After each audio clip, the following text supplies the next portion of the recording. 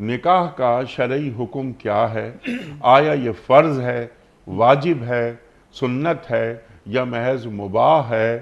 اور نکاح کے لیے ایک مسلمان کی ترجیحات کیا ہونی چاہیے؟ انیق احمد صاحب، نکاح کا جو حکم ہم متعین کریں گے جی وہ بندوں کے احوال پر منحصر ہے۔ اگر ایک بندہ ایسا ہے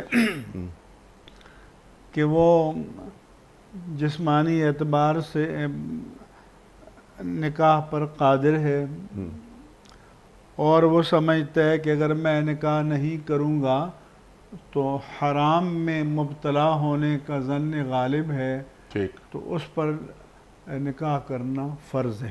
ٹھیک اگر وہ نکاح کر سکتا ہے، مہر دے سکتا ہے اور سمجھتا ہے کہ نکاح نہیں کروں گا تو گناہ میں مبتلا ہونے کا ظن غالب تو نہیں ہے، خفیف سا اندیشہ ہے، تو اس پر واجب ہے۔